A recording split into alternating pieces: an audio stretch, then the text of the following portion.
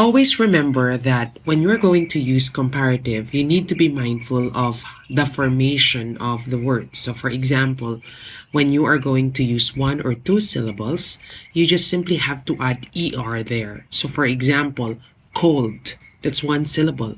So if you want to compare it, you say, oh, Philippines is colder than Indonesia. So you're going to say colder. So cold, colder. Another example would be if it's two syllables, pretty, prettier. So you say, my sister is prettier than her classmate. That's it. Prettier. If the adjective is comprised of three syllables, then you just have to add more. More expensive.